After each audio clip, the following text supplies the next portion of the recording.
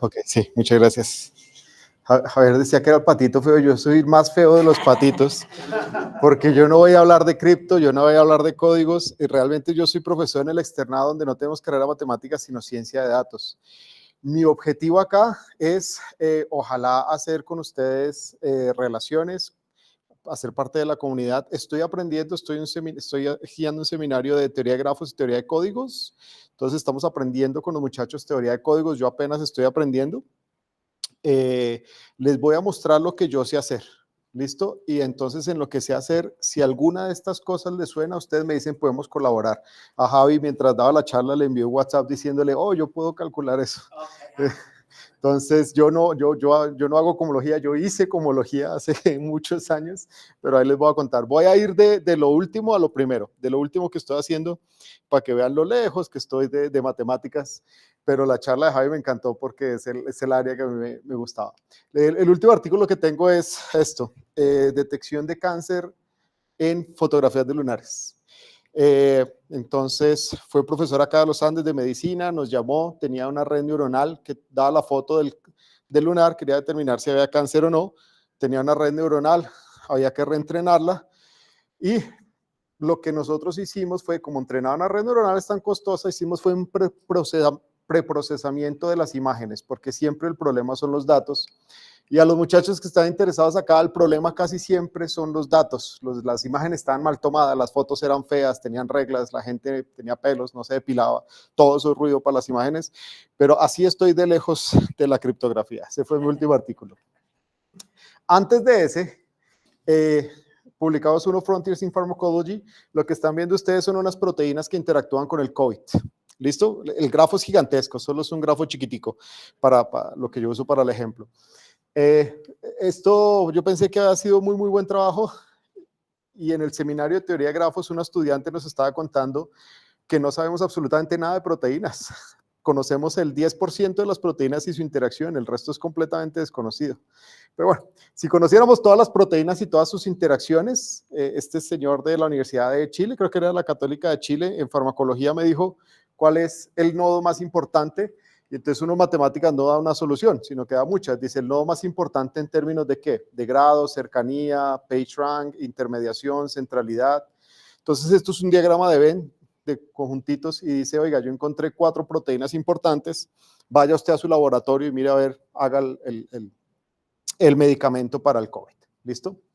Entonces seguí trabajando en grafos y esto que les voy a mostrar es un trabajo que está en proceso con Andrés Ángel, acá de la Universidad de los Andes, y su estudiante de doctorado.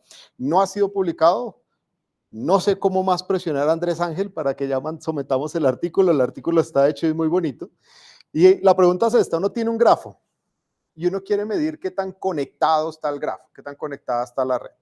Entonces una respuesta es el radio espectral.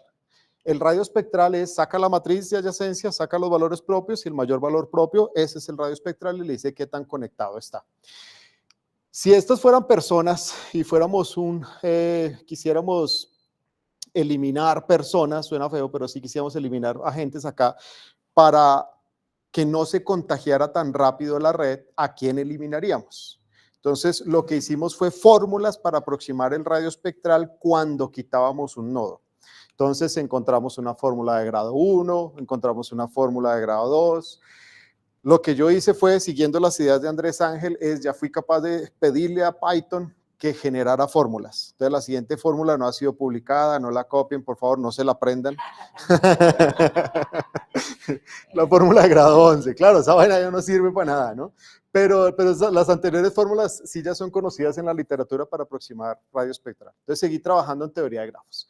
Y esto es simplemente matrices. Yo agarré Python y le dije, hágame cálculo simbólico entre matrices y calcúleme esto y simplifíquemelo. Y pues Python es buenísimo, hasta se lo imprime en un LaTeX y todo. Claro, Andrés Ángel feliz porque hicimos más fórmulas en el paper, ¿no? Tenemos más fórmulas para el paper. Antes de eso, algo que puedo trabajar y también me sonaba mucho lo que tú hacías, representaciones de grupos. Entonces, con Mario Velázquez, que él es profesor de la Universidad Nacional y él trabaja en categoría torcida, o sea, estoy seguro que puede trabajar contigo porque lo que tú haces es muy parecido a lo que él hace, pero en categoría. trabajamos unas cosas que se llaman el pullback de grupos. Pullbacks de grupos es que uno tiene un grupo finito acá, un grupo acá y tiene un kernel con dos funciones sobreyectivas y este es el pullback de los grupos. Entonces el pullback es un grupo que cuando uno se va por acá y por acá conmuta. Uno lo ve como un subgrupo del grupo cociente. Entonces lo primero que Mario necesitaba era, necesito calcular ejemplos. Como cuando tú decías ahorita, quiero calcular estas funciones alfa de los cociclos, ¿sí? Entonces yo le calculé un montón de ejemplos en GAP. Lo que yo programo más que todos en GAP. Algunas veces me he tenido que pasar a Magma, ahorita les cuento. Y luego miramos cuáles de esos eran conjugadamente cerrados. No sé por qué me suena esto tan parecido a lo que ustedes hacen. Conjugadamente cerrados es que si un elemento es conjugado en el subgrupo, yo quiero mirar cuándo es conjugado por alguien del grupo de arriba. O me equivoqué, perdón. Cuando yo tomo dos elementos del grupo que son conjugados por el grupo grande, yo quiero mirar si son conjugados en el grupo pequeño. Eso es conjugadamente cerrado. Y mi aportación al paper fue hacer muchísimos ejemplos, ya se los muestro, miren, ahí están los ejemplos. Pero entonces lo que hacíamos después era tomar el anillo de representaciones, y entonces el anillo de representaciones voltaba las flechitas y nos daba acá unos resultados que la verdad no me acuerdo, fue hace tiempos. Pero entonces eso fue lo que hicimos, anillo de representaciones de pullbacks. Y esto fue puro gap. Entonces, mi trabajo fue ese. Yo generaba grupo 1, grupo 2, kernel, funciones sobreyectivas hacia el pullback. Gap me da una descripción muy buena para el pullback y le decía si era conjugadamente cerrado o no. ¿Listo? Ese fue mi aporte. Como que mi aporte es calcular ejemplos. Búsqueme. Andrés Ángel también es de eso. En el artículo de grafos, él me dice, yo creo que esta fórmula de grafos es cierta, y yo pongo Python a correr 2 días hasta que encuentro un contraejemplo y le digo, no, pille, no, Python salió que no. No, sí. Otra cosa que hice con Cantarero, él también trabaja en categoría, en topología, José Cantarero de México, fue representaciones invariantes por fusión. ¿Qué son representaciones invariantes por fusión? Entonces, acá yo tengo un grupo, que es por ejemplo S3, el grupo de 3 permutaciones. Creo que para los estudiantes ya acá comienzo a volarme. Yo considero el subgrupo de Silo de este señor, por ejemplo, el 3 subgrupo de Silo, es el grupo cíclico generado por 3 elementos. Su representación está generada por esto. Y yo quiero mirar las representaciones de todo el mundo, cuáles son invariantes por los automorfismos dados por conjugación en el grupo grande. Entonces, los automorfismos del grupo cíclico de 3 elementos por conjugación del grupo de permutaciones de 3 elementos es el grupo de 2 elementos. Toda representación se escribe como suma de ρ0, ρ1 y ρ2, pero cuando yo le aplico este elemento, me intercambia estos dos, fíjense, acá dice M1, M2 y acá dice M2, M1.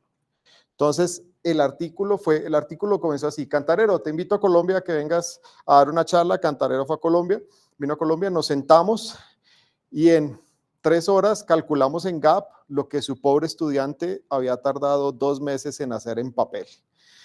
Entonces, ahí comenzó el artículo. Acá nos dimos cuenta de esto. Esto fue lo que Gab hizo, o programamos en 2 horas. Que las representaciones invariantes por estos automorfismos son generadas por ρ0 y ρ1 más ρ2. Es como un problema de bases de álgebra lineal. El problema es que no es un espacio vectorial, sino que es un monoide. Entonces, encontrar bases, creo que no hay bases. Creo que la teoría de base ahí no tiene sentido. La teoría de generadores y bueno. Hay un montón de cosas. Entonces también he calculado cosas en representaciones de grupos. Creo que tengo un programa por allá guardado entre mis archivos que calculaba el anillo de representaciones de un grupo finito. Dado un grupo finito iba y le calculaba el anillo de representaciones. Busqué en internet y me parece que ese programa no existe, esa función no existe. Yo creo que es publicable, pero todavía hay que escribirla, ¿no? Y todo para lo que sirve. Pero bueno, por ahí está sentado en algún lado. Dado un grupo finito, calculo el grupo de representación, el anillo de representaciones, que pues sirve para calcular ejemplos. Esto lo trabajé, ya voy a acabar, voy a hablar del postdoctorado, luego del doctorado y ya acabo. Esto fue lo que yo trabajé en el postdoctorado, que fue valores múltiples de la función z. ¿Qué son valores múltiples de la función z? Son simplemente números reales, ¿listo? Pero son números reales que vienen de la función z de Riemann. la función z múltiple. Entonces, si a mí me dan, por ejemplo, estos valorcitos S1, S2, SK, esta tupla de números enteros mayores a 1, yo considero esta multisuma, o sea, esto no es una sumatoria, sino son K sumatorias, y eso me da un número real. ¿Listo? La pregunta es, o lo que queríamos encontrar en el postdoctorado, era las relaciones entre esos números. Por ejemplo, z de 2, pues que es pi cuadrado sextos, es este número, y z de 4, 2 es este valor. En teoría de números, este tema es medio abierto y es supremamente interesante. Cuando acá en lugar de 2 le pongo un número par, sabemos quién es. Es pi a la n por un número racional de Bernoulli. Pero cuando le metemos un número impar no sabemos nada. Por ejemplo, z de 3 se conoce como la constante de Aperi y en el 80 se mostró que era irracional. No se sabe si es trascendental, no se sabe nada. Z de 5, Z de 7, Z de 9, no se sabe absolutamente nada ahí para arriba. Mucho más de estos. Pero somos capaces de encontrar relaciones en estos. Como el precursor de esto es un genio que se llama Zagier y es el que dijo cuántos iban a encontrar y es como el que más sabe en este momento del tema. Acá de pronto viene una cosa bonita, no sé si está relacionado con códigos, pero lo que uno hace es codificar estos señores con polinomios. Entonces, esto fue lo que yo programé en Magma. No pude programarlo en GAP, sentía que GAP era más para grupos y cuando necesitaba trabajar con anillos tuve que pasarme a Magma. Consideré H el álgebra no asociativa en dos variables. Variables XY, pero entonces es no asociativa. X por Y es distinto de Y por X. Y en esta álgebra voy a codificar cada una de estas tuplas de números enteros. Entonces, cada uno de estos números enteros les asocio este monomio. X a la S menos 1, Y, X a la S menos 2, Y, Voy a hacer dos codificaciones. Esta es una y esta es otra codificación. YS1, YS2, YSK. Por ejemplo, si estoy pensando en solamente el pi cuadrado sexto, la suma de los cuadrados, acá la codificación es el monomio XY, o lo puedo ver como Y2. O si estoy pensando en 2, 4, acá la codificación es XY, X al cubo Y, o la codificación es esta. Ahora, cuando lo codifico acá en esta álgebra conmutativa, creo que hay alguien afuera, pero puede entrar por el otro lado. Bueno, cuando lo codifico de esta manera, puedo inventarme o se inventaron dos productos bien interesantes acá. Un producto, este se llama como el Shuffle 2 o el Stuffle, lo llaman algunos y es esto. Si lo veo en términos de las Y's, lo que voy a hacer es, saco la primera Y, multiplicación recursiva, saco la segunda Y, multiplicación recursiva, sumo las Y's y multiplico lo que queda. Entonces, por ejemplo, acá la multiplicación de Y2, Y4 es saco Y2, acá me va a quedar un Y4, saco Y4, acá me va a quedar un Y2 y acá me queda un Y6. Esa es la multiplicación. Una vaina supremamente loca, que uno dice, ¿a quién diablo se le ocurrió esa multiplicación? Porque esa multiplicación tiene sentido. Y resulta que es que esa multiplicación viene de ver los números como sumatorias. Y cuando multiplico las sumatorias y juego con los coeficientes, ahí sale esa multiplicación, el Stuffle.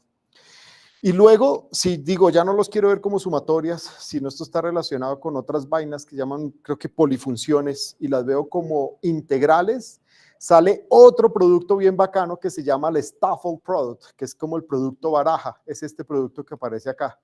Entonces acá simplemente saco la primera X y luego saco la segunda X y ahí ya está el producto. Por ejemplo, acá para Z2 al cuadrado saco la primera X, me queda Y, producto XY, saco la segunda X, me queda este acá y termino de productar, entonces me queda algo de este estilo. En términos de valores de la función Z es Z2 al cuadrado va a ser igual a 2Z de 2, 2 más 4Z de 3, 1. Lo interesante es que esto es cierto como números reales, porque este producto viene de entender eso como integrales. Entonces acá tengo una relación entre los valores múltiples de la función z. Ese fue mi tema del postdoctorado, tratar de encontrar relaciones acá, tratar de encontrar relaciones entre estos números. Entonces tenía dos relaciones, una del Stuffle Product y una del Shuffle Product, y entonces pues las restas son las que me dieron todas las relaciones. Después de ahí viene otro problema, que salen demasiadas variables, que hay que regularizar, que hay que hacer otras cosas, pero en realidad ese fue el problema. Ahora, si uno quiere encontrar generadores de estos señores, acá aparece algo bien interesante.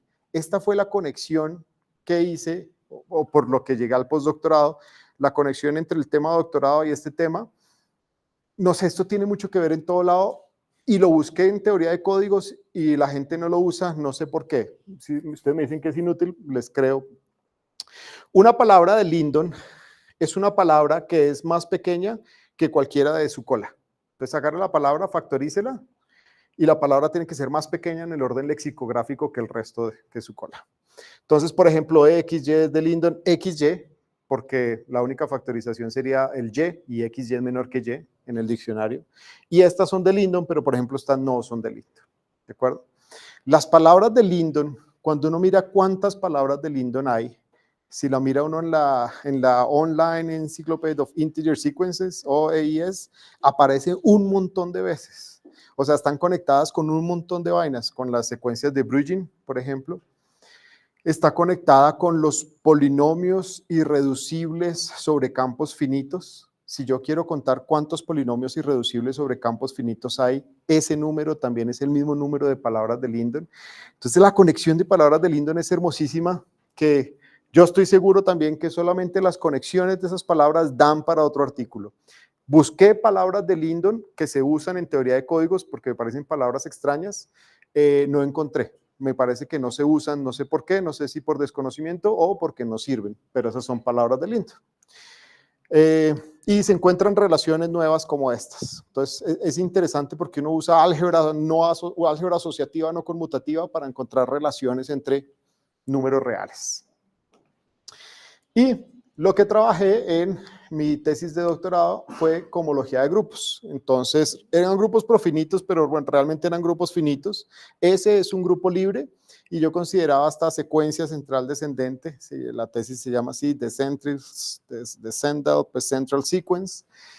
Y lo que yo tenía que calcular era para estos cocientes, tenía que calcular los primeros grupos de homología, que estábamos bromeando en el almuerzo, que yo tenía que calcular el grupo de cohomología 0, el grupo de cohomología 1, el grupo de cohomología 2, el grupo de cohomología 3.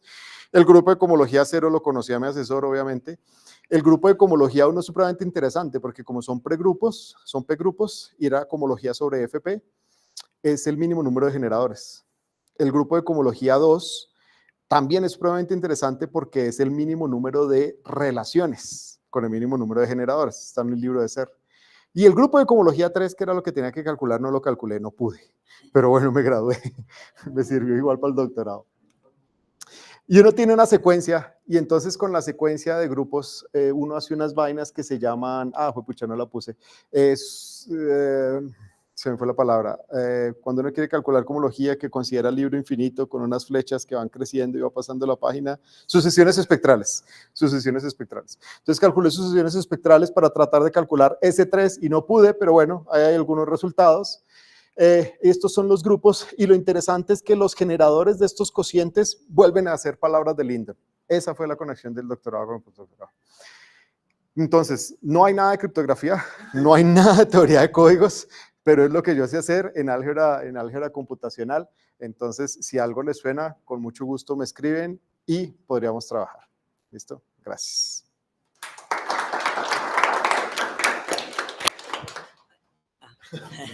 Hay unos papers, dos papers creo recientes de Z-funciones y teoría de códigos, pero en la parte cubanáloga, con códigos con la métrica del rango.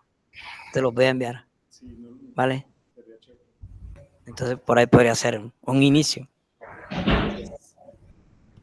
Si la función z encodifica los primos, ¿qué encodifica la función de z múltiple? No, me acaban de corchar. No tengo ni idea. Sí, qué buena pregunta. No, siguiente. Miguel Ángel tiene una pregunta. Ok, te escuchamos, Miguel Ángel. Sí, a mí me parece interesante la utilización del gap en criptografía. Ok. Algo se ha hecho y pienso que todavía se puede hacer mucho más, porque el gap en principio es bastante parecido al magma, Sí. pero es un sistema libre. Sí. Y entonces lo que quería preguntar es si ha tenido alguna experiencia en solución de sistemas de ecuaciones polinómicos utilizando el gap. No, No, la verdad no lo he trabajado.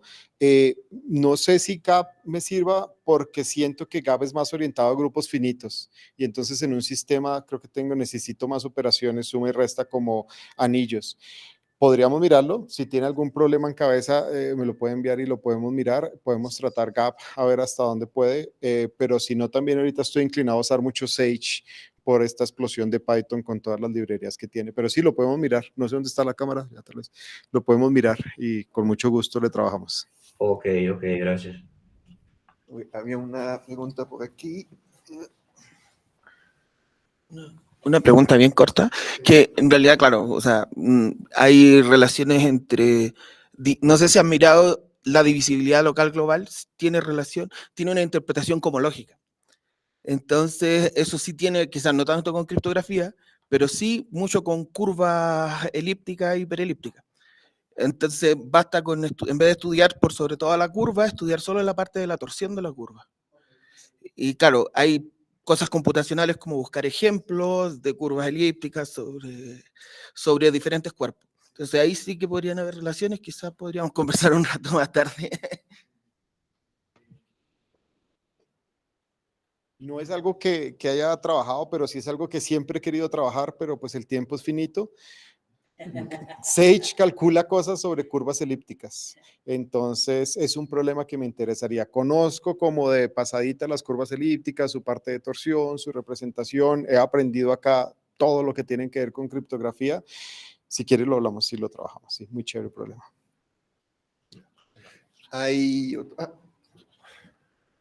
Gracias. Yo quería saber un poco sobre la primera parte que usted comentó sobre los avances en cáncer. No lo digo porque en mi departamento hay una profesora que hace ese tipo de investigación. Bueno, esto es algo, obviamente es cáncer, hay mucha plata, entonces hay mucha gente trabajándole en el tema. Lo que nosotros hicimos acá fue una red neuronal, pero entrenar una red neuronal consume miles de millones o unos miles de dólares. No tenemos los recursos acá en Colombia. Entonces, lo que hicimos fue de toda la red neuronal entrenar un pedacito, un nodo, para que dijera si había cáncer o no había cáncer. La triste historia es que a los médicos no les gustan las redes neuronales, porque las redes neuronales son cajas negras y uno no sabe qué diablos está pasando, qué es lo importante, qué es lo no importante. Claro, hay una teoría que ahorita están poniendo cosas encima de las redes neuronales, sabes que lo importante pero no está muy desarrollada. Seguimos trabajando en el tema. Estamos trabajando con los estudiantes de ciencia de datos, con el profesor Arley también del externado, para a partir de una imagen vamos a tratar de sacar, ya el artículo también está casi listo, 3 factores para determinar si la imagen es cancerígena. Primero miramos el borde, por ejemplo, y si el borde es muy accidentado, de piel, sí, melanoma. Si el borde es muy accidentado, cancerígeno. ¿Cómo vamos a medir esa accidentación? Con algo que se llama dimensión fractal. Entonces, si tiene mucha fractalidad, queremos sacar ahí el porcentaje que tan cancerígeno. Otra cosa es mirar la coloración. Las imágenes se parten en 3, red, green, blue, y entonces uno puede mirar, por ejemplo, la distribución de los colores de el lunar. Eso nos puede decir cosas. En lo que yo he mirado, creo, por ejemplo, que la desviación estándar del color verde y del color azul era lo que más importaba según los ejemplos que teníamos. Y otra cosa es la simetría, que es un problema matemático supremamente hermoso. Yo tengo acá el borde y dígame usted qué tan simétrico es el borde. Pues es un problema de álgebra lineal, pero es un problema bien difícil. Creo que lo hacen con el tercer momento en estadística o cosas así. Realmente el problema más difícil de todos es arrancar. Dada la imagen, ¿cómo diablos le saco el borde? Porque los algoritmos que hay no funcionan muy bien o están muy sesgados porque la mayoría de fotos son de gente blanca. Entonces a nosotros pues no nos sirven. Entonces yo creo que ahí va el problema. Hay una página que se llama Kaggle que tiene unos concursos y acaba de sacar un concurso, ya se venció, pero da $80,000 para el mejor algoritmo que pudiera predecir cáncer. Entonces siento que ahí va la cosa en investigación de cáncer. ¿Otras preguntas? Ok, entonces gracias a Germán de nuevo. Gracias.